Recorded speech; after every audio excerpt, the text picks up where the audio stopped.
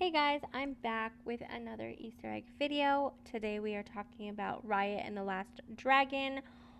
Whew, we have a lot to say about this video. First of all, the Easter eggs and the hidden Mickeys. The hidden Mickeys were fantastic. Brilliant. The storyline, fantastic. I mean, I absolutely adored this film. So highly recommend. But let's talk about the Easter eggs and the hidden Mickeys because that is why you guys clicked on this video. So let's get right into it. Raya and the Last Dragon. This movie was so good. Anyway, there are tons of Easter eggs. It starts off with the story of Sisu and the world and Kumandra and what happens, and that the dragons turn to stone. This is very much giving off a little bit of the Moana vibe. They show the storyline through these beautiful pictures. And they really did a really good job basing this off of Southeastern Asian countries and really taking a little bit of everything, but so beautifully done. Anyway, we see what Raya looks like. She's very much giving off Korra from the Last Airbender vibes. Very much similar. We see that she is dressed to fight. Ends up turning out, well, we'll see later, but she is practicing to fight for her area. As we saw in the beginning, the world was now divided into five, and she has to fight to protect it. So she's being creeped out, but there are lots of hidden Mickeys, by the way, in the background of this. But she ends up fighting the Chief Benja, aka, who is played by B.D. Wong, brilliantly done, but it turns out to be her father. By the way, there's also an Easter egg, or a hidden Mickey in this one. Anyway, as you can see, the resemblance to B.D. Wong and his character, but that is her father, and he tells her that they need to bring Kumandra back. The goal is to bring everyone back so that the world can be safe again. We don't really know if it's going to work at this point. We can just assume so because it's a long movie, but that is what he wants.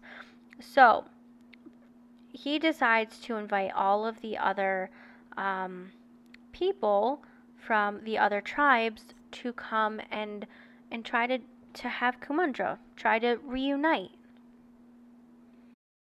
So Chief Benja asks Raya if she knows about each tribe. So she explains that there are different tribes.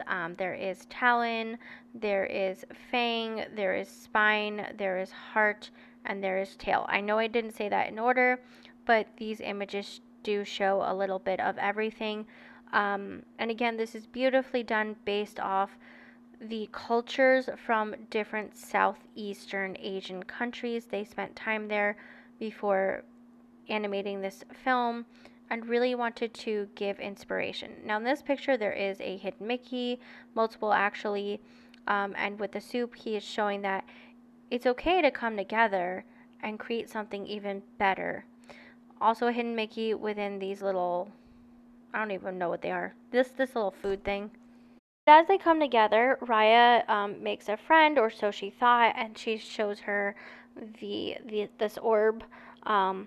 But the friend decided, or well, she's a backstabber. She decides to grab it for herself, and all the other people fight. It breaks it up, and the Druids come and they try to kill everyone. So during that time, Chief Benja was injured. He throws Raya over into the river so that she is protected. Now it does fast forward to a time, we're going to assume about 10 years, give or take. And this is important because we know that Raya is trying to solve it. I don't know if she fully believes in Kumandra, but she knows that she has to fix things, and she is going to work so hard to do that. Anyway, the movie fast forwards to about a decade later, if not a little bit more, and Raya is traveling to find out where Sisu is. She's now at the last point in the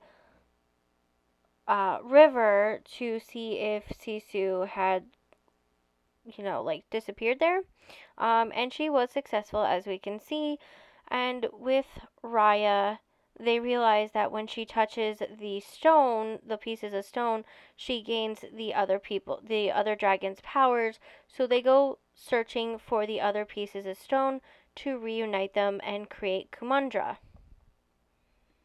Now, it is quite interesting that they used very traditional Southeast Asian elements. I mean, it makes sense because that's where Raya is set, but they really did a great job with the costuming on everyone and took elements of different countries, and you'll see more of this.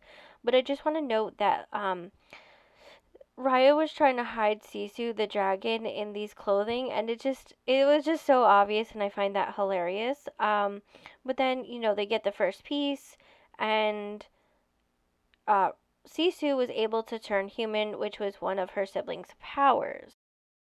And then we have like this field of dragons, stone dragons. So first of all, I want to note like it's quite interesting that the way that everyone turned to stone between the dragons and the humans were very much the same way. Um, but also, this particular field also very much looks like a scene from Onward. And then in the next few pictures, you'll see some hidden Mickeys within the flowers, within the fruit, as well as in the lanterns behind. I also want to take note that when Raya is in this part of the realm, um, it's very traditional of certain like Southeast Asian cultures. Um, I want to do a whole video based off like locations. I think it would be really fun. But they really do an amazing job because the animators take the time to spend a few weeks in these places. So this didn't just happen for Raya. This has happened for since the beginning actually, where they take the time to make sure that it's animated correctly. While not all films are equally properly represented, definitely more in the last 10 years has been better. So take note of the beautiful Southeast Asian styles because that is beautiful representation. Also, all of the actors who voiced in this film were all Southeast Asian descent. I also want to make note that these are very traditional monkeys to the area, although they don't usually steal things with babies. We definitely love the kanjis. Um, anyway, so yeah. So anyway, the film goes on.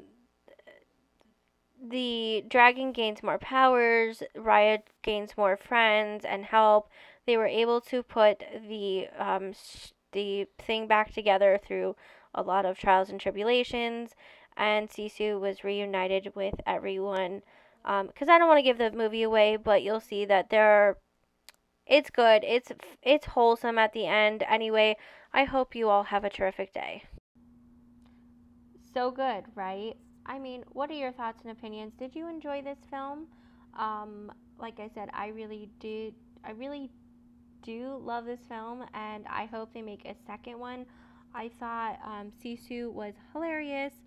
So many good jokes in there, but also a very heartwarming story, and the resilience and the diversity of the Southeast Asian population and how that was represented in this film was really, really just beautifully done.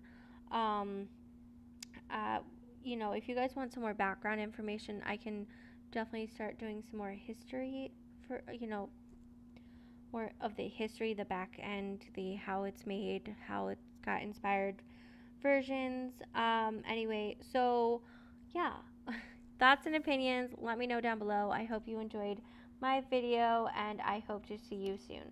If you haven't already, press like and subscribe, and you will be notified the next time I upload.